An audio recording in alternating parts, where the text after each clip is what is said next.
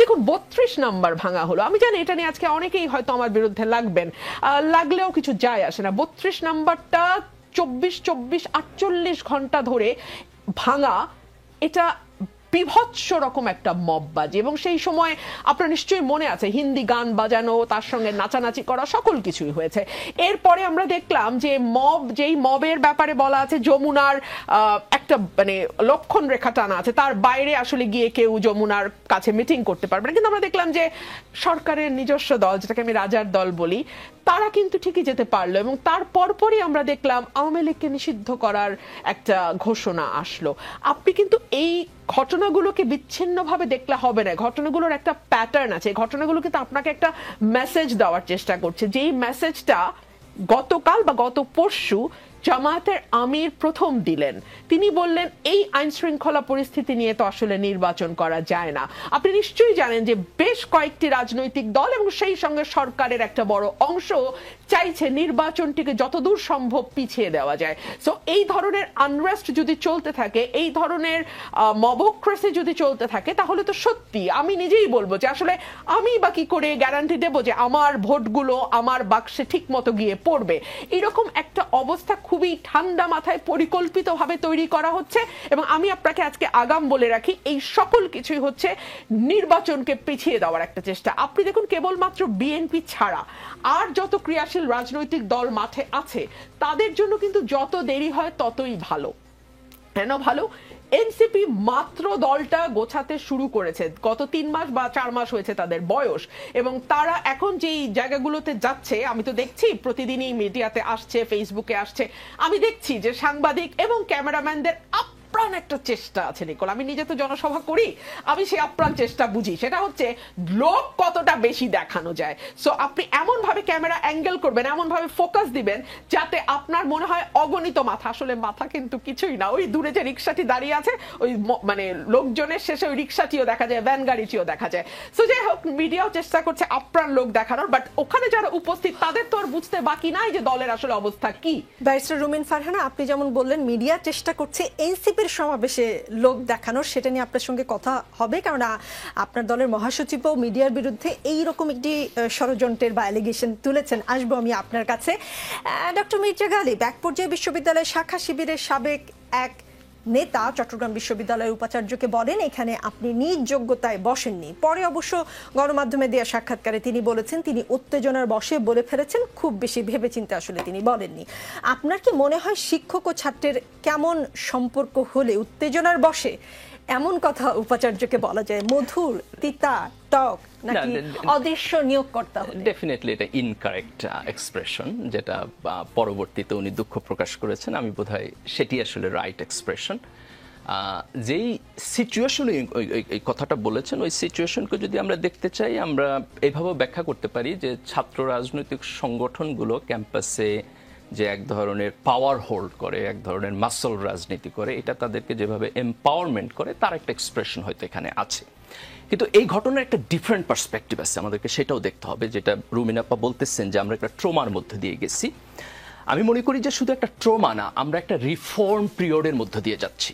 এবং সেই রিফর্ম পিরিয়ডটার দুইটা বিন্দু আছে। একটা বিন্দু হলো গত 15-16 বছরে আমাদের প্রত্যেকটা ইনস্টিটিউশন ধ্বংস হয়ে গেছে, কোথাও প্রফেশনালিজম নাই। আমি আপনাকে স্পেসিফিক এক্সাম্পল দিই। ঢাকা বিশ্ববিদ্যালয়ে বিএনপির একজন শিক্ষক, খুব সম্ভবত উনি জিয়া পরিষদে ছিলেন, উনি লিখেছিলেন অথবা কোনো একটা বক্তব্যে বলেছিলেন যে জিয়াউর রহমান হলো স্বাধীনতার ঘোষক। এই কারণে ওনাকে বিশ্ববিদ্যালয় থেকে স্যাক করা হয়েছে, ওনার চাকরি চলে গেছে সিন্ডিকেটে। সিন্ডিকেট কিন্তু একটা গণতান্ত্রিক প্রক্রিয়া চলে, সেখানে শিক্ষকরা আছেন, ইলেক্টেড লোকেরা আছেন, তারা মিলে তার চাকরি শেষ করে দিছে। এখন আমি যদি প্রশ্ন করি যে ঢাকা বিশ্ববিদ্যালয়ের যে শিক্ষকরা এটা হইতে দিলেন, এটাকে সেলিব্রেট করলেন, তারা প্রফেশনালিজমের ঠিক কোন মানদণ্ডে আছেন? এখন আপনি যদি ওই শিক্ষকদের একটা সবাই বলেন যে আমি এখন গণতন্ত্র চর্চা করব, what kind of democracy that will be? এটা তো কোনো স্ট্যান্ডার্ড নাই। তো এই যে আমরা 17 বছর একটা দেশের প্রত্যেকটা ইনস্টিটিউশনের প্রফেশনালিজমের 12টা বাজায় দিছি, ধ্বংস করে দিছি, সেখান থেকে আমরা একটা রিবিল্ড করতে চাই। তাহলে আপনি রিবিল্ড যদি আইডিয়ালি করতে চান তাহলে আমি সবকিছু আইন অনুযায়ী করব, কিন্তু এটা তো আমরা পারতেছি না। আমাদের সরকার এখন পর্যন্ত উইক। আপনি যদি বর্তমান সরকারকে দেখেন, তাদের ইন্টেনশন ভালো আমি বলবো, কিন্তু তাদের পারফরমেন্স অত্যন্ত উইক। পুলিশ ডিপার্টমেন্টকে যদি দেখেন, অত্যন্ত উইক। বিশ্ববিদ্যালয়ের শিক্ষক ছাত্র রাজনীতি যদি দেখেন, আমরা যে স্ট্যান্ডার্ডে চাইতেছি সে স্ট্যান্ডার্ডে নাই। তো আমি মনে করি যে এই রিফর্ম পিরিয়ডটাকে আপনি যদি আইডিয়ালি ডিল করার চেষ্টা করেন 100%, এটা পারফেক্ট হবে না। তাহলে আপনার ঢাকা বিশ্ববিদ্যালয়ে গত 17 বছরে আওয়ামী লীগ যে সমস্ত শিক্ষকদের নিয়োগ দিচ্ছে তাদের মতামতের উপর আপনার ডিপেন্ড করতে হবে, দ্যাট ইমপারফেক্ট, কারণ তাদের নিয়োগ প্রক্রিয়া ঠিক হয় নাই, দলবাজি করে তাদেরকে নিয়োগ দিচ্ছে। কাজে আমাদেরকে রিফর্ম পিরিয়ডে মাঝামাঝি জায়গায় থাকতে হবে। মাঝামাঝি জায়গায় থাকতে হবে। জি জি। ফয়েজ আহমদ, শিক্ষা উপদেষ্টা অধ্যাপক ডক্টর চৌধুরী রফিকুল আবরার বলেছেন, এ সময় যারা উপাচার্য হিসেবে দায়িত্ব পালন করছেন তারা দায়িত্ব চেয়ে নেননি, আমরা হাতে পায়ে ধরে তাদের দায়িত্ব দিয়েছি। উপাচার্যদের নিয়োগ আসলে হাতে পায়ে ধরে হয়েছে নাকি কেউ তাদের দয়া করে বসিয়েছে? ভবিষ্যতে কি এসব নিয়োগ নিয়ে প্রশ্ন তোলার সুযোগ আছে কিনা? জি, আপনাকে ধন্যবাদ। আজ যা হচ্ছে, এখন যা হচ্ছে, এর সব বিষয় নিয়ে ভবিষ্যতে প্রশ্ন তোলার সুযোগ আছে, সবকিছু নিয়ে সব সময়। ভবিষ্যৎ আপনার কাছে অবধারিত এবং উন্মুক্ত থাকবে প্রশ্ন তোলার জন্যই, এবং এই প্রশ্ন তোলার সংস্কৃতিটা থাকুক, সেটা গণতান্ত্রিক চর্চার জন্য খুব জরুরি। সুতরাং আপনি খেয়াল করলে দেখবেন যে এমন এক বাস্তবতার মধ্যে দিয়ে বাংলাদেশ গেছে যেখানে আপনি সত্যিই তো আপনি কোনো প্রতিষ্ঠানে, যেমন কোনো ক্ষেত্রে আমরা দেখেছি যে পদোন্নতি প্রমোশনের জন্য মানুষের হুড়োহুড়ি লেগেছে, কোনো জায়গায় ঠিক যোগ্য লোক পাওয়া যাচ্ছে না, এই বাস্তবতা তো আছে। এখন ভাই যেটা বলছিলেন, লাস্ট 17 ইয়ার্সে কি হয়েছে, সবগুলি অ্যাপয়েন্টমেন্ট পিয়ন পর্যন্ত, পিয়নের অ্যাপয়েন্টমেন্ট দেওয়ার ক্ষেত্রেও এমপি মন্ত্রীদের ডিও লেটার নিয়ে দেওয়া হয়েছে, তাই না? তো সেই বাস্তবতায় আপনি যখন একজন অন্তত পরিচ্ছন্ন ইমেজের একজন মানুষকে এক জায়গায় বসাতে চেষ্টা করবেন, সেই জায়গায় তাকে হয়তো হাতে পায়ে ধরে বলা, আপনি যেটা কোট আন কোট বলছেন, অনেক সময় অনুরোধ করতে হচ্ছে, নানান জনকে অনুরোধ করে রাজি করাতে হচ্ছে। সো এই বাস্তবতায় আপনি যদি অনুরোধ করে কেন রাজি করাতে হয়েছে এটা নিয়ে ভবিষ্যতে প্রশ্ন উঠে, নিশ্চয়ই ভবিষ্যতের সেই প্রশ্নের সময় এই প্রেক্ষাপটটা তখন হারিয়ে যাবে না, প্রেক্ষাপটটা সামনে আসবে, প্রশ্ন তোলার সুযোগ সবসময় থাকবে। জি, আপনি বলেছেন মব একটি আওয়ামী ন্যারেটিভ, কখনো কখনো প্রতিবাদকে মব বলা হচ্ছে, আবার কখনো ছোটখাটো সংঘাতকেও মব বলা হচ্ছে। সবকিছুকে এভাবে মব বলা ব্যক্তিদের অধিকাংশই সফট আওয়ামী লীগার। নতুন একটা টার্ম। স্বরাষ্ট্র উপদেষ্টা আজ দুপুরেই বলেছেন, সাম্প্রতিক সময়ে সারা দেশে মবের ঘটনা বেড়েছে, তবে জড়িতদের বিরুদ্ধে ব্যবস্থা নেওয়া হচ্ছে। স্বরাষ্ট্র উপদেষ্টা কি সফট আওয়ামী লীগার? কেন, আপনার কেন মনে হচ্ছে? তিনি তো বলেছেন যে সাম্প্রতিক সময়ে সারা দেশে মবের ঘটনা বেড়েছে, তবে জড়িতদের বিরুদ্ধে ব্যবস্থা নেওয়া হচ্ছে। তিনি তো বেড়েছে বলেছেন। আমি কি বলেছি? আপনি বলেছেন যে মব, কখনো প্রতিবাদকে মব বলা হচ্ছে, আবার কখনো ছোটখাটো সংঘাতকেও মব বলা হচ্ছে। সবকিছু এইভাবে মব বলা ব্যক্তিদের অধিকাংশই সফট আওয়ামী লীগার। অধিকাংশ, জি, অধিকাংশের মধ্যে স্বরাষ্ট্র উপদেষ্টা নেই, উনি তার দায়িত্বের জায়গা থেকে দায়িত্ব পালন করছেন। দেখুন, প্রথম কথা হচ্ছে, আপনি যদি শুধুমাত্র আমার যেই বক্তব্যের প্রেক্ষিতে আপনি বললেন, আমার বক্তব্যের এই অংশটুকুকে নিয়ে যদি বলেন, আপনার কাছে মনে হবে আমি মবকে কোনো না কোনোভাবে জাস্টিফাই করার চেষ্টা করছি। এটা ব্যক্তিগতভাবে আমি এই প্রক্রিয়ার পক্ষে নয়, আমি এই কালচারেরও পক্ষে নয়, কিন্তু আপনি কেউ যদি মবের বিরুদ্ধে কথা বলেও সেটা অযৌক্তিক ভাবেও বলে, তাকে কি আপনি সফট আওয়ামী লীগার আপনি তো বলছেন আমি সুনির্দিষ্টভাবে কাউকে কোনো ট্যাগ দিইনি। বুঝতে হবে আপনাকে, ট্যাগের ঝামেলাটা কখন হয়, বরঞ্চ এই কথা বলে আমি নানান ধরনের ট্যাগ খেয়েছি, সেটাকে তবু আমি মব বলছি না। আপনি আপনার প্রতিক্রিয়া প্রকাশ করেছেন। দেখুন, আপনি বিশ্বজিৎকে যেভাবে হত্যা করা হয়েছে, আমরা কি মব বলেছি ওইটাকে? আপনার যদি মনে পড়ে, আবরারকে যেভাবে হত্যা করা হয়েছে, আমরা কি সেটাকে মব বলেছি? জাফরুল্লাহ চৌধুরীকে শহীদ মিনারে যেভাবে লাঞ্ছিত করা হয়েছে, আমরা কি মব বলেছি? মাহবুবুল্লাহকে ইঞ্জিনিয়ার্স ইনস্টিটিউশনে যেভাবে অপমানিত করা হয়েছে, কাপড় ছিঁড়ে নেওয়া হয়েছে, আমরা কি সেটাকে মব বলেছি? যেটা মব হোক, অসুবিধা নেই, সেটাকে আমি কোনোভাবেই সমর্থন করতে পারি না, করছি না। কিন্তু বিষয়টি হচ্ছে কি, বিষয় হচ্ছে আপনি এই এক মব এই শব্দের উপর দাঁড়িয়ে অপরাপর সকল বিষয়কে জেনারেলাইজ করে পুরো ব্যবস্থাটাকে আপনি ঠেলে দিচ্ছেন এমন এক জায়গায় যে মনে হয় যে আপনি সম্পূর্ণ একটি রেডিমেড জিনিস পেয়েছেন, যেটা খুবই আইডিয়াল, খুবই ডেমোক্রেটিক অবস্থা, সুশাসন যেখানে শতভাগ রয়েছে, সে জায়গায় নিয়ে আপনি কাজ শুরু করেছেন। সেখানকার সব প্রতিবাদ, সব বক্তব্য, সবকিছুই মব।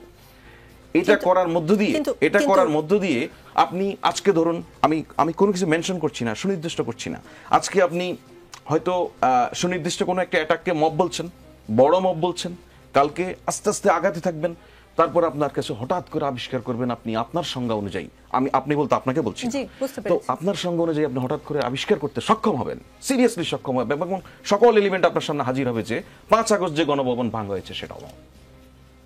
সেই জায়গায় কি যাব আমরা কি সেই জায়গার জন্য উদ্ধার হয়েছি একটি ফেসিবাদের জায়গা থেকে? না।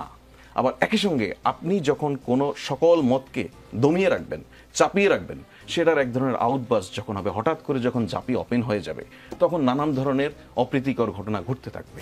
এগুলি সোসাইটিতে, আপনি ধরুন আপা যখন বলছিলেন রেফারেন্সে মাজারে হামলার কথা বলেছেন, সত্য অনেকগুলি মাজারে হামলা হয়েছে, নানান জায়গায় নানান ঘটনায় নানান লোকদের গ্রেফতার করা হয়েছে। আপনি সেটা কমে এসেছে কিনা দেখুন। তাহলে যখন এই মাত্রাটা আগে বেশি ছিল, সেই সময়ে আমরা এই ব্যাপকতার মধ্য দিয়ে এটাকে মব বলিনি। তাহলে মাত্রাটা যখন কমে আসছে, আমরা মব বলে একটা জিকির তুলছি, যেন অন্যান্য সকল প্রতিবাদী মব হয়ে যাচ্ছে।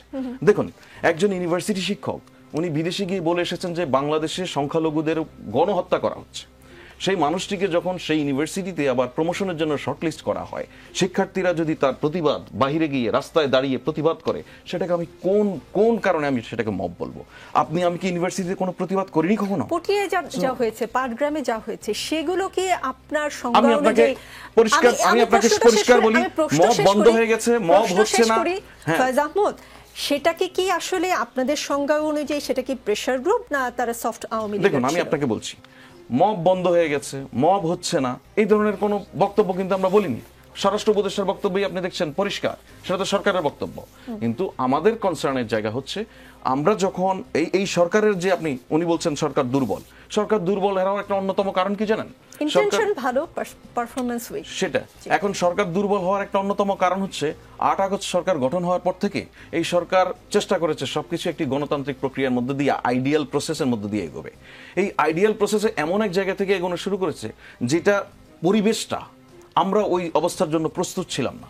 দেখুন, আপনি গণমাধ্যম কর্মী, আপনি দেখুন কোন গণমাধ্যম স্বাধীনতার চূড়ান্ত ভোগ করতে গিয়ে কতটুকু স্বাধীনতা সেটারই লিমিট ক্রস করে যাচ্ছে।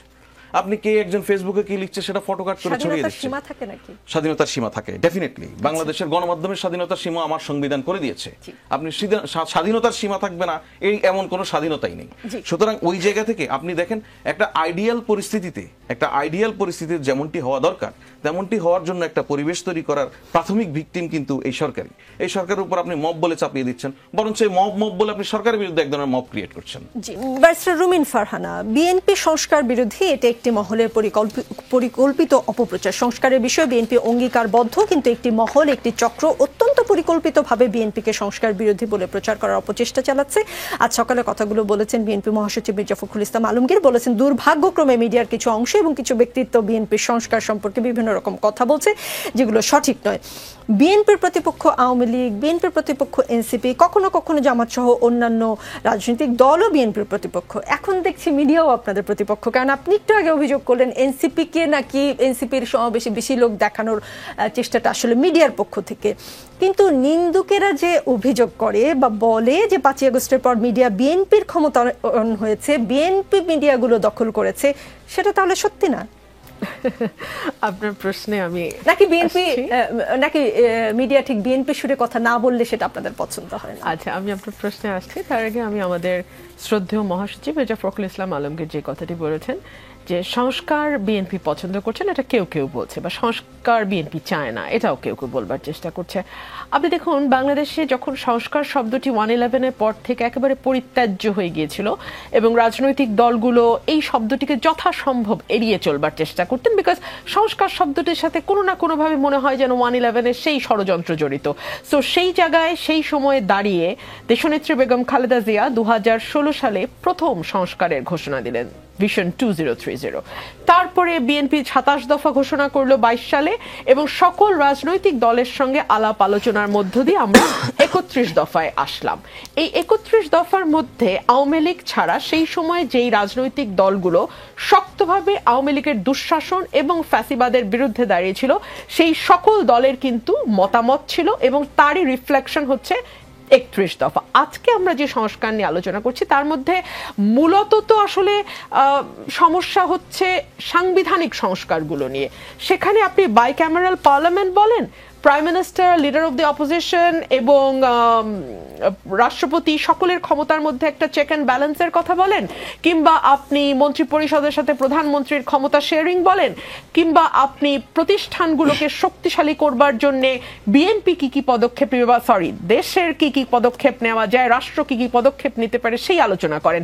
প্রত্যেকটা বিষয়ই কিন্তু 31 পয়েন্টসে হিট করা হয়েছে এবং বাইক্যামেরাল পার্লামেন্টের কথাও আমরা সেখানে দেখেছি, 70 অনুচ্ছেদের কথাও দেখেছি।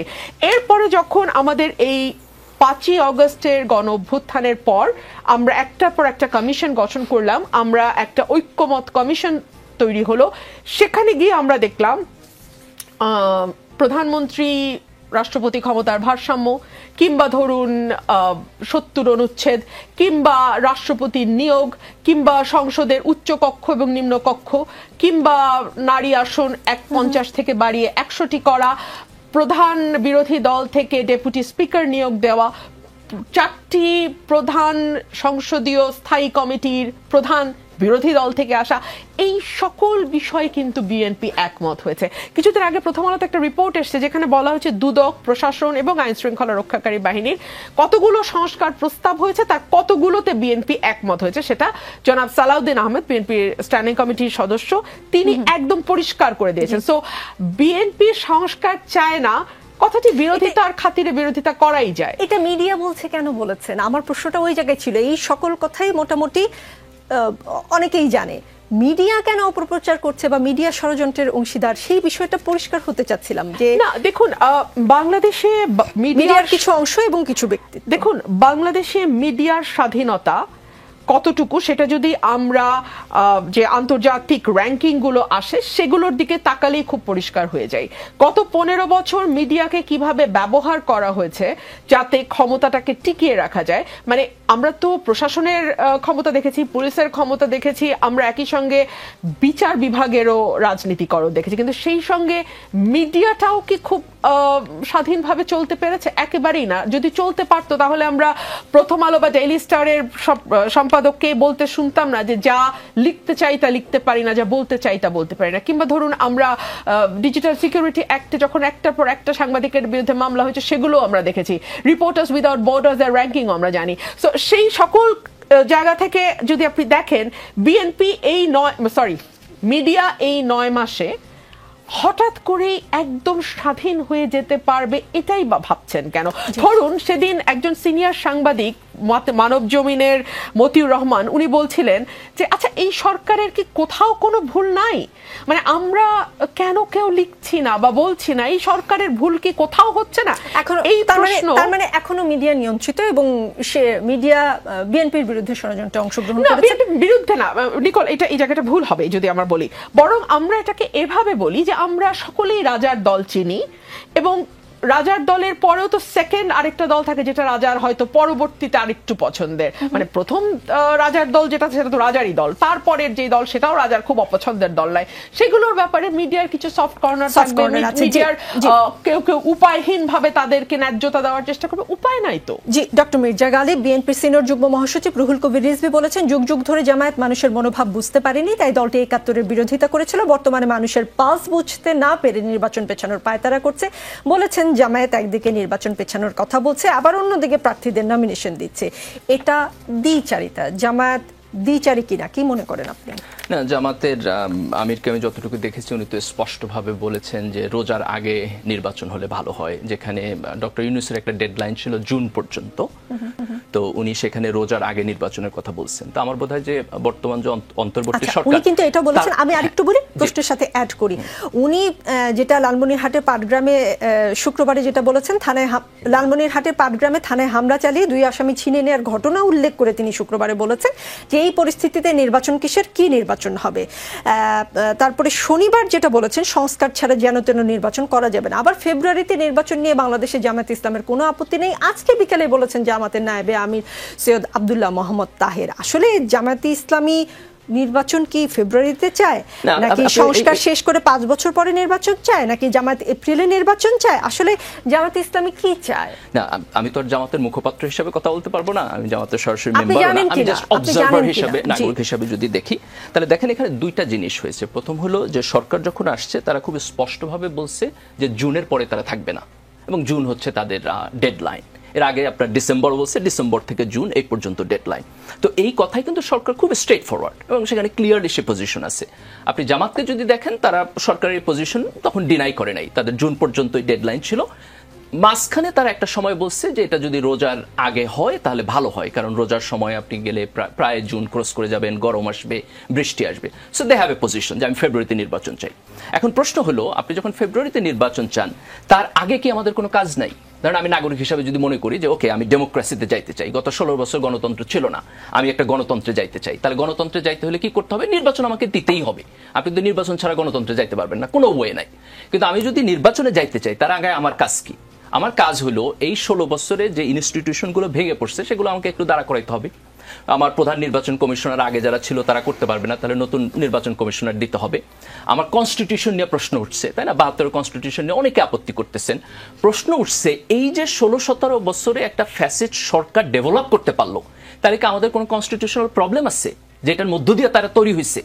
আমরা কি এটাকে কোনো প্রকার চেক না করে আবার একই সিস্টেমের মধ্যে যাব? না, লেটস গিভ আ পজ। খুব লম্বা পজ দেওয়ার দরকার নেই। আমরা তো ধরেন যে নর্মাল যদি আপনি তত্ত্বাবধায়ক সরকারে যান, কতদিন হয়? 90 দিন। তাহলে ইউনূস সরকার আসার পর কেন আমরা সবাই বললাম না যে আমি ইলেকশন 90 দিনেই চাই? কারণ আমরা সবাই জানি সিস্টেম ফ্রেজাইল। এই সিস্টেমের মধ্যে আপনি 90 দিন ইলেকশন করতে পারবেন না।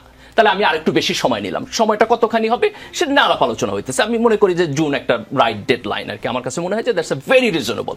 আর একটু 6 মাস বেশি সময় যদি নেয়, আমি ব্যক্তিগতভাবে কোনো প্রবলেম ফিল করি না। এখন আমাদের চোখ কোথায় যাবে? আমাদের চোখ যাবে যে প্রি রিকোয়ারমেন্ট, যে ইলেকশনের জন্য কি কি প্রয়োজন। তাহলে আমার ইলেকশনের জন্য তত্ত্বাবধায়ক সরকার ব্যবস্থা ফিরে আনতে হবে। আমার ইলেকশনের জন্য কনস্টিটিউশনের কিছুটা পরিবর্তনের কথা আমরা আলাপ আলোচনা করব। আমার আইন শৃঙ্খলা পরিস্থিতি স্বাভাবিক হইতে হবে, লেভেল প্লেইং ফিল্ড থাকতে হবে, তাই না? এই সব কিছু ঠিক করার পরে আপনি নির্বাচনে যাবেন। তাহলে আমরা দুইটা জিনিস খুব স্পষ্টভাবে চাই। আমি মনে করি যে জামাতও একই পজিশনে আছে যে আমরা নির্বাচনের একটা স্পেসিফিক ডেডলাইন চাই যে এর মধ্যে আমি নির্বাচনে যাব। এবং সেকেন্ড, আমরা ধরে ধরে একটা প্রি রিকোয়ারমেন্ট ঠিক করব যে মিনিমাম কতটুকু হইলে পরে আমি যদি নির্বাচনে যাই তাহলে একটা ভালো গণতন্ত্রে যাইতে পারবো। সেই প্রি রিকোয়ারমেন্টের দিকে আমাদের চোখ দিতে হবে। কাজে এই জায়গায় আমি শেষ করতেছি, নির্বাচন, সংস্কার, আইন শৃঙ্খলা পরিস্থিতির উন্নয়ন, এর একটাও আরেকটার সাথে কনফ্লিক্ট করে না, মিউচুয়ালি এক্সক্লুসিভ না, এর প্রত্যেকটাই আমাদের প্রয়োজন। জি, ব্যারিস্টার রুমিন ফারহানাও কিছুক্ষণ আগে অভিযোগ করেছেন এবং বিএনপির আরও নেতারা অভিযোগ করেছেন যে নির্বাচন পেছানোর ষড়যন্ত্র হচ্ছে, যখন জামায়াতের আমির বলেন যে এই আইন শৃঙ্খলা নিয়ে তো নির্বাচন করা যায় না। কেউ কেউ বলে যে সরকারের ভেতরে কেউ কেউ ক্ষমতা ধরে রাখার ষড়যন্ত্র করছে। আর বাংলাদেশ জামায়াতে ইসলামীর আমির শফিকুর রহমান বলেছেন যে আগামী নির্বাচন সামনে রেখে আমরা বহু ধরনের ষড়যন্ত্রের কথা শুনতে পাচ্ছি, বহু ধরনের কথা ময়দানে শুনতে পাচ্ছি, বহু ধরনের ইঞ্জিনিয়ারিং এর আলামত বুঝতে পাচ্ছি। দেশে কি কেবল ষড়যন্ত্রই হচ্ছে, অন্য কিছু হচ্ছে? এগুলো রাজনৈতিক দলগুলোর অত্যন্ত ইম্যাচিউর এবং খুব দুঃখজনক আচরণ, যে রাজনৈতিক দলই করুক। দেখেন, আমরা একটা 16 বছরের ফ্যাসিবাদের পরে একটা সময় আসলাম যে আমি জাতিকে রিবিল্ড করতে পারি। রাজনৈতিক দলগুলোর প্রায়োরিটি হওয়া উচিত এই রিবিল্ড প্রসেসটা, রিফরমেশন প্রসেসটা। এখন আপনি সেই প্রসেসের মধ্য দিয়ে না হাইটাই চিন্তা করতেছেন যে ইলেকশনটা তাড়াতাড়ি হইব কিনা, না হইলে হইব কিনা, হইলে কে জিতবো, আমারে করতে দিব কিনা, অমুকে আসতেছে কিনা। আমার মনে হয় যে রুমিন আপা বলতেছিল না যে ট্রমা, এগুলো হচ্ছে এক ধরনের ট্রমাটিক বিহেভিয়ার। আমার বোধ হয় যে 1/11-এর যে ট্রমা, যে একটা সিভিল সোসাইটি মিলিটারি ব্যাকড হয়ে আসছে এবং তারা একটা অগণতান্ত্রিক সরকার কন্টিনিউ করতে চাচ্ছে। আমরা এখন যেখানেই গণতান্ত্রিক প্রক্রিয়া ছেদ দেখি, আমার কাছে মনে হয় যে বিএনপি মনে করে এই বুঝে আর একটা 1/11 হইল। দেখেন, বিএনপি একটা বড় রাজনৈতিক দল, তাদের এখন সুযোগ ছিল জাতির গার্ডিয়ান হিসেবে ভূমিকা পালন করার। তারা সেই ভূমিকা পালন না করে তারা এখন কিছুদিন পর পর বলতেছে এই বুঝি এনসিপিতে লোক হইল না, এই বুঝি নির্বাচন হইল না, এই বুঝি ডক্টর ইউনূস প্রবলেম করতেছে, এই বুঝি জামাত ইসলাম প্রবলেম করতেছে। তারা তো লার্জেস্ট পলিটিক্যাল পার্টি, 91-এ তারা ইলেকশনে জিতছে, 2001-এ তারা ইলেকশনে জিতছে, তাদের বাংলাদেশে এত ভোট, তো তাদের নির্বাচনে এত টেনশন করার কি দরকার? তাদেরকে বাদ দিয়ে বাংলাদেশে কে নির্বাচন করবে? তাদেরকে বাদ দিয়ে বাংলাদেশে রাজনীতি হবে? দেখেন, 31 দফা বিএনপির একটা ওয়ান্ডারফুল কাজ, এক্সট্রাঅর্ডিনারি কাজ তারা করছে। সেই 31 দফায় তারা স্পষ্টভাবে বলছে যে বাংলাদেশে সোশ্যাল কন্ট্রাক্ট ভাঙা পড়ছে। এই দেশের মানুষ যে নর্মের উপরে রাজনীতি করতো আওয়ামী লীগের কারণে, সে নর্ম ভাঙা পড়ছে। আমাদের সোশ্যাল কন্ট্রাক্ট রিবিল্ড করতে হবে। আপনার 31 দফায় স্পষ্টভাবে আছে। রিবিল্ড আপনি কিভাবে করবেন? আমার সাথে আপনার কথা বলতে হবে না, আপনার সাথে আমার কথা বলতে হবে না, বিএনপির সাথে জামাতের কথা বলতে হবে না, বিএনপির সাথে এনসিপির কথা বলতে হবে না। আপনি আলাপ আলোচনা না করলে কিভাবে রিবিল্ড করবেন? তা আপনি কখন আলোচনা করবেন? নির্বাচনের পরে? আগে না কেন? ডক্টর ইউনূস আলোচনা করতেছে, হোয়াই নট বিএনপি? বিএনপি বড় রাজনৈতিক দল, তারা কেন এই আলোচনাকে নেতৃত্ব দিচ্ছে না? That's my question. জি, উত্তর পরিষ্কার। ফয়েজ আহমদ, আসছি আপনার কাছে। তার আগে ব্যারিস্টার রুমিন ফারহানা একটু জানতে চাই, জামাতে ইসলামের সমালোচনা করে আপনাদের দলের স্থায়ী কমিটির সদস্য গয়েশ্বর চন্দ্র রায় বলেছেন শিক্ষার স্বাস্থ্য দুইটা দখল করেছে জামাত। প্রথম প্রশ্ন, বাকিগুলো কি বিএনপির দখলে কিনা? ওখানে আর কারো কোনো ঠাঁই নাই। যারা নির্বাচন চায় না, সংস্কার করে, তারা তো ভারতের দালাল। এরাই কিন্তু আওয়ামী লীগের জঘন্য লোকদের তাদের দলের সদস্য বানাইছে, গোপনে পরাগ মণ্ডল যে অপহরণ হলেন, আপনারা সবাই জানেন কে অপহরণ করেছে। এখন শুনি তিনি জামায়াতের নেতা। জামায়াত কি জিনিস আপনারা একটু চিনে রাখেন। জামায়াত কি জিনিস তা তো আপনাদের চেয়ে বেশি কারো চেনার কথা না, কারণ আপনারা দীর্ঘদিন রাজনৈতিক মিত্র ছিলেন, একসাথে সরকার পরিচালনা করেছেন। এমন একটি দলের সাথে বিএনপি জোট করেছিল কিভাবে? ভারত তো দ্রুত নির্বাচন চায়, যেমনটা আপনারাও চান। ভারতীয় সরকারকে অনির্বাচিত বলে, যেমনটা আপনারা বলেন। জামায়াত সংস্কার চায়, কিন্তু ভারত তেমনটা চায় বলে আমরা দেখিনি। জামায়াত যদি ভারতের দালাল হয়, তাহলে এতদিন আপনারা ভারতের দালাল দলের সাথে জোটে ছিলেন এবং সরকার পরিচালনা করেছেন, তাদের মন্ত্রী বানিয়েছিলেন। তাই দেখুন, রাজনীতিতে জোট হয় নির্বাচনকে কেন্দ্র করে, রাজনীতিতে জোট হয় আন্দোলনকে কেন্দ্র করে। আমরা অতীতে জামায়াতের সঙ্গে আওয়ামী লীগের যেমন জোট দেখেছি, আমরা 86 নির্বাচনে যেমন এরশাদকে বৈধতা দিতে দেখেছি জামায়াত এবং আওয়ামী লীগ মিলে, আমরা আবার তত্ত্বাবধায়ক সরকারের দাবিতে জামায়াতকে মাঠেও দেখেছি আওয়ামী লীগের সঙ্গে বিএনপির বিরুদ্ধে। পরবর্তীতে যখন চার দলের যে জোট হলো, সেই জোটের পরে বিএনপি 2001 সালে ল্যান্ডস্লাইড ভিক্টরি পেল, আসলো ক্ষমতায়। তখন থেকে জামাত আর বিএনপি রাজনৈতিকভাবে দুটো সংগঠন জোটবদ্ধভাবে চলেছে। এবং তার পরবর্তীতে আমরা দেখেছি যেই জামাত আওয়ামী লীগের সঙ্গে 94-তে জোট করেছে, 87-তে জোট করেছে, যুগপৎ আন্দোলন। হ্যাঁ, যুগপৎ আন্দোলন, জোট। দেখুন, যার নাম খই ভাজা তার নামে মুড়ি। যার নাম চাল ভাজা তার নামে মুড়ি। হ্যাঁ, সো আপনি তাকে যেই নামে ডাকেন, মুড়ি বলেন বা চাল ভাজা বলেন, মোটামুটি একই বিষয়টা। তো সেই দল যখন গেল বিএনপির সঙ্গে, তখন জামাতের বিরুদ্ধে আমরা দেখলাম আওয়ামী লীগ বেশ শক্তভাবে মাঠে ছিল, যুদ্ধাপরাধের অভিযোগ এসেছে, বিচার হয়েছে ট্রাইব্যুনালে, এই সকল কিছুই আমরা দেখেছি। কিন্তু জামাতের যে কথাটি আজকে বাবু গয়েশ্বরচন্দ্র রায় বলেছেন, এটা তো সত্য যে দেখুন, এই যে 5ই আগস্টের পর থেকে, আমি একটা এক্সাম্পলে দিই, ইলেকশন ডেট। আমরা কি জামাতকে এক এক সময়কে জামাতের নেতারা ইলেকশনের জন্য অ্যাপ্রোপ্রিয়েট বলছেন? আপনি কি লক্ষ্য করেননি যে আমরা একটা ফটো কার্ড দেখছিলাম যে উনি 4 বার 4 রকম সময়ের কথা বলেছেন। কখন উনি বলেছেন ফেব্রুয়ারি, অর্থাৎ এর আগে, রমজানের আগে, কখনো তিনি বলছেন সংস্কার মোটামুটি হলে হবে, মানে এক এক সময় উনি এক এক রকম কথা বলেছেন। আবার একই সঙ্গে যদি আপনি একটু চিন্তা করে দেখেন, বাংলাদেশে এই মুহূর্তে কোন দলগুলো তাদের নির্বাচনে প্রার্থী ঘোষণা করে বসে আছে? জামাত কিন্তু সেই রাজনৈতিক দল যাদের 300 আসনেই মোটামুটি প্রার্থী ঘোষণা করা আছে, কিন্তু তারা এখন আবার বলছে যে সকল ইসলামিক দল মিলে তাদের একটা মহা ঐক্য হবে।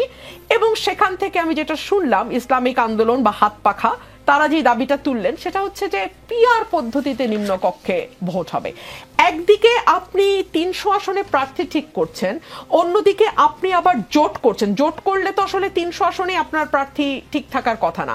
আবার আপনি জোট করছেন মহাজোট ইসলামিক দলগুলোকে নিয়ে বা ইসলামপন্থী দলগুলোকে নিয়ে, আবার আপনি বলছেন যে পিআর পদ্ধতি হবে নিম্নকক্ষে। সো একটার সঙ্গে একটা কি খুব শক্তভাবে কন্ট্রাডিক্ট করে না? আমরা কি জামাতের আমিরকে ইসলামী আন্দোলন বা চরমনায়ের পীর সম্পর্কে খুবই ভয়াবহ উক্তি, আবার তাদেরকে জামাত সম্পর্কে ভয়াবহ উক্তি করতে দেখি না? রিজভী সাহেব এগুলোকেই দ্বিচারিতা বলেছেন। ফয়েজ আহমদ, এনবিআর এর আন্দোলন ছিল আমলাতন্ত্রে ক্যাডার বৈষম্যের চরম বহিঃপ্রকাশ। এই আন্দোলন দমন করতে দুদককে অপব্যবহার করা হয়েছে এমন সমালোচনা করে টিআইবি বলেছে, আন্দোলনকারীদের যেভাবে প্রতিহিংসামূলকভাবে শাস্তি দেওয়া হচ্ছে তা গ্রহণযোগ্য নয়। সিপিডির মতে এনবিআর এর আন্দোলনের যৌক্তিক সমাধান সম্ভব ছিল, তবে অন্তর্বর্তী সরকারের পক্ষে এখন আর এ সমস্যার সমাধান করা সম্ভব নয়। সমাধান করতে হবে নির্বাচিত সরকারকে। শীর্ষ ব্যবসায়ীদের মধ্যস্থতায় এনবিআর ঐক্য পরিষদের ব্যানারে রাজস্ব কর্মকর্তাদের আন্দোলন প্রত্যাহারের পর থেকে বাধ্যতামূলক অবসর, বরখাস্ত, বদলির ঘটনা ঘটছে। দুদককে অপব্যবহার করছে সরকার। জি, আপনাকে ধন্যবাদ। দুর্নীতি দমন কমিশন একটি স্বাধীন প্রতিষ্ঠান, তার কাজ করার কয়েকটি ধরন আছে। আগের সরকারও তাই বলতো। জি বলেন। পার্টিকুলারলি তো আগের সরকার যদি আইডিয়ালি তা বলতো, এখন যদি তাই হয়, এটা বললে কি অপরাধ হবে? বলুন। বললে প্রমাণ ছাড়া বললে অপরাধ হবে। যদি আমি বলছি অপরাধটা কোথায়? যদি এনবিআর ঐক্য পরিষদের ব্যানারে রাজস্ব কর্মকর্তাদের যাদেরকে বাধ্যতামূলক অবসর দেওয়া হলো, তাদেরকে যদি এখন তাদের পিছনে যদি দুদক তদন্ত করতে থাকে, যাদেরকে বরখাস্ত করা হলো, বদলি করা হলো, শুধু তাদের বিরুদ্ধে অভিযোগ করতে থাকে, অভিযোগ খতিয়ে দেখতে থাকে দুদক, তাহলে তো ব্যবহার করাই হলো। তার মানে আপনার দিক থেকে একটা প্রমাণ আছে। অনেক ধন্যবাদ, অনেক ধন্যবাদ। আমি শেষ করি আপনারটা। আমি টিআইবির কথা বলছি, আমি সিপিডির কথা বলছি, আমি আমার কথা বলছি না। টিআইবি এবং সিপিডির কথা বলছি। জি, প্রবলেম ইজ ইয়ার্স। আপনি বলছেন যে শুধুমাত্র এনবিআর এর অফিসিয়ালদেরকে নিয়ে ইনকোয়ারি ইনভেস্টিগেশন হচ্ছে, তাই কি? আপনি যান দেখুন অন্য কোন ইনভেস্টিগেশন হচ্ছে কিনা। প্রবলেম আমার না, প্রবলেম থাকলে টিআইবি আর সিপিডি। জি, আপনি যা রেফারেন্স দিচ্ছেন আমি তার কথা বলছি। টিআইবি কে আগের সরকারও টিআইবির প্রবলেম বলতো। জি প্লিজ বলুন। আপনি আগের সরকার বলে আমাকে যদি রেফারেন্স করেন আমি লজ্জিত বোধ করি। আমি নিজেকে আওয়ামী লীগের সঙ্গে তুলনা করতে চাই না। এখন আমি বলছি দুর্নীতি দমন কমিশন স্বাধীন একটি প্রতিষ্ঠান, তার কাজ করার কয়েকটি ধরন আছে। সে নিজস্ব একটি গোয়েন্দা ব্যবস্থা আছে এবং নাগরিকদের অভিযোগ দেওয়ার ব্যবস্থা আছে। ঠিক কিসের আলোকে সে এনবিআর এর অফিসিয়ালদের বিরুদ্ধে ইনকোয়ারি ইনভেস্টিগেশন লঞ্চ করছে এটা আমার জানা নেই। এটা দুদককে আপনি জিজ্ঞেস করলে সে ভালো বলতে পারবে। আমি এতটুকু বলতে চেয়েছিলাম, তার আগে আপনি আমাকে আওয়ামী লীগ বানিয়েছেন। What ever. তো আপনাকে আওয়ামী লীগ বানাই আমার মনে হয় মুশকিলের জায়গা হচ্ছে আপনি এক মুশকিলের জায়গা হচ্ছে আমি এনবিআর এর একটা সংস্কার, আমাদের এখানে ইকোনমিস্টরা এটাকে খুব প্রশংসা করেছে। সেটা নিয়ে আমাদের এনবিআর এর কর্মকর্তা কর্মচারীরা জব রুলস ব্রেক করে আন্দোলন করেছে, প্রতিবাদ করেছে, প্রতিষ্ঠানটিকে অচল করে দিয়েছে। সেখানে এমন এমন আচরণ তারা করেছে যা রাজনৈতিক নেতাকর্মীদের আন্দোলনেও সাধারণত দেখা যায় না। এরকম পরিস্থিতিতে সরকার যখন বারবার তাদের সঙ্গে বসেছে, আলোচনা করেছে, সরকার কয়েকবার তাদেরকে হুঁশিয়ার করেছে আমাদের কঠোর হওয়া ছাড়া কোনো বিকল্প নেই। তাহলে সরকার কিভাবে কঠোর হতে পারে? সরকার আইনের মধ্য দিয়েই কঠোর হতে পারে। সরকারি চাকরির নিয়ম নীতি মেনে, আইন মেনেই কাউকে সে অবসরে পাঠানোর অধিকার সরকার সংরক্ষণ করে। এইটা সরকারি চাকরিতে, সরকারি ব্যবস্থায় নাগরিকের অধিকার এবং সেবা নিশ্চিত করার জন্য এই সুশাসনের সুযোগ হিসেবেই আইনে আছে, সেই আইনটুকুই সরকার জাস্ট ব্যবহার করছে। জাতীয় নির্বাচন সামনে রেখে মাঠ প্রশাসনে পরিবর্তনের প্রস্তুতি শুরু করেছে সরকার। এর মধ্যে মাঠ প্রশাসনের সবচেয়ে গুরুত্বপূর্ণ পদ হিসেবে বিবেচিত জেলা প্রশাসক পর্যায়ে আগামী কিছুদিনের মধ্যে রদবদল করা হতে পারে। এই ধরনের কথা গণমাধ্যমে আসছে, আমরা শুনতে পাচ্ছি। এ লক্ষ্যে এখন যোগ্য কর্মকর্তা বাছাই করা হচ্ছে। সত্যি কিনা একটু জানতে চাই আপনার কাছে। এরকম জিনিস আমিও গণমাধ্যমে দেখেছি। আমি এখন পর্যন্ত প্র্যাকটিক্যালি এই ধরনের কোনো সিদ্ধান্ত ব্ল্যাক অ্যান্ড হোয়াইট আমার জানা নেই। এটা জনপ্রশাসন মিনিস্ট্রি এবং নির্বাচন কমিশনের দিক থেকে কোনো রিকমেন্ডেশন আছে কিনা এটা তারা বলতে পারবে। ঠিক আছে, আমি আর 2 মিনিট সময় আমার প্রোডিউসারের কাছ থেকে চেয়ে নিচ্ছি এবং ঠিক 1 মিনিট করে আপনারা উত্তর দিবেন। মির্জা গালিব সংস্কার না করে তড়িঘড়ি করে নির্বাচনে গেলে দেশে আবারও গণ অভ্যুত্থান করতে পারে বলে মন্তব্য করেছেন গণ অধিকার পরিষদের সভাপতি নুরুল হক নূর। আর জামায়াতে ইসলামের আমির শফিকুর রহমান, ডক্টর শফিকুর রহমান বলেছেন আগামী নির্বাচন সামনে রেখে আমরা বহু ধরনের ষড়যন্ত্রের কথা শুনতে পাচ্ছি, বহু ধরনের কথা ময়দানে শুনতে পাচ্ছি, বহু ধরনের ইঞ্জিনিয়ারিং আলামত বুঝতে পারছি। আমরা সবাইকে স্মরণ করিয়ে দেই, শেখ হাসিনার হাতে সব বাহিনী ছিল, দৌড়দণ্ড প্রতাপ ছিল, জায়গায় জায়গায় নিজের লোক বসেছিল, ক্যাডার মাস্তানদের দিয়ে রাষ্ট্র পরিচালনা করেছিল। কিন্তু যখন জনগণের জাগরণ ও বিস্ফোরণ হয়েছে তখন কি কেউ তাকে রক্ষা করতে পেরেছে? এটা কি কাকতালীয় কিনা যে নুরুল হক নূর এবং ডক্টর শফিকুর রহমান দুজনেই গণ অভ্যুত্থানের কথা বলেছেন, দুজনেই ষড়যন্ত্রের কথা বলেছেন, নাকি এর মধ্যে কোনো হিসেব নিকেশ আছে? না, আমি ষড়যন্ত্র শব্দের ব্যাপারে আমার আপত্তি আছে। রাজনীতিবিদদের উচিত না সবকিছু এই দৃষ্টিতে দেখা, কিন্তু আমি এর এসেন্সের সাথে এগ্রি করি যে জুলাইয়ের গণ অভ্যুত্থানে যে তরুণরা রাস্তায় দাঁড়িয়ে এই অভ্যুত্থান করেছে তাদের একটা মানসপট আছে, তাদের একটা ডিফারেন্ট থট প্রসেস আছে। এই থট প্রসেস আমাদের ট্র্যাডিশনাল রাজনীতির সাথে কনফ্লিক্ট করে। তারা একটা পরিবর্তন চায়। আমাদের যারা ভেটারান পলিটিশিয়ান তারা যদি এই পরিবর্তনের আকাঙ্ক্ষাকে না বুঝেন এবং আত্মস্থ করতে না পারেন তাহলে আওয়ামী লীগের মতো পরের পলিটিক্যাল পার্টিগুলোকেও প্রাইস পে করতে হবে। অনেক ধন্যবাদ।